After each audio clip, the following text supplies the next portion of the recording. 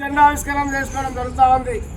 రాష్ట్రంలో మొత్తం కూడా తెలంగాణ రాష్ట్రమే కాకుండా ప్రపంచమంతటి కూడా కాంగ్రెస్ పార్టీ జెండా వేయడం జరుగుతూ ఉంది. ఎందుకంటే ఆ రోజు వారి త్యాగాలుగా నెహ్రూ గారి కుటుంబం, గాంధీ గారి కుటుంబం ప్రాణాలు త్యాగం చేసి కాంగ్రెస్ పార్టీకి ఈరోజు జెండా నాటడం జరిగింది. ఈరోజు చెప్పుకోవాలంటే బీజేపీ ప్రభుత్వం, టీఆర్ఎస్ ప్రభుత్వం, ఇంకా ఏ ప్రభుత్వాలైనా ప్రాణాలు త్యాగం చేసినటువంటి పార్టీలు ఏమైనా ఉన్నాయంటే ఈరోజు చెప్పుకోవడానికి చాలా సిగ్గుచేటు.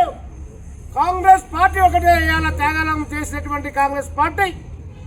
ఈరోజు ప్రపంచంలో కాంగ్రెస్ పార్టీ స్వాతంత్రం కోసం ఆనాడు పోరాడినటువంటి యోగులు కాంగ్రెస్ పార్టీ నాయకులే.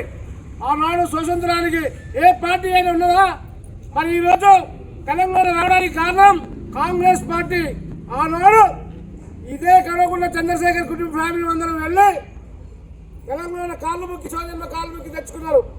ఆమె కూడా తెలంగాణ బిడ్డలు చనిపోతా ఉంటే టీవీలలో చూసి అయ్యో ఇంతమంది బిడ్డలు చనిపోతున్నారా, అలాంటి బాధలు ఎందుకు కాంగ్రెస్ పార్టీ వచ్చినా రాకున్నా రెండు రాష్ట్రాలు విడిపోయినా సరే ఈరోజు కాంగ్రెస్ పార్టీ తెలంగాణ ఇవ్వడం జరిగింది. మరి తెలంగాణ ప్రజలందరూ కూడా గమనించాల్సిన అవసరం ఎంతైనా ఉంది.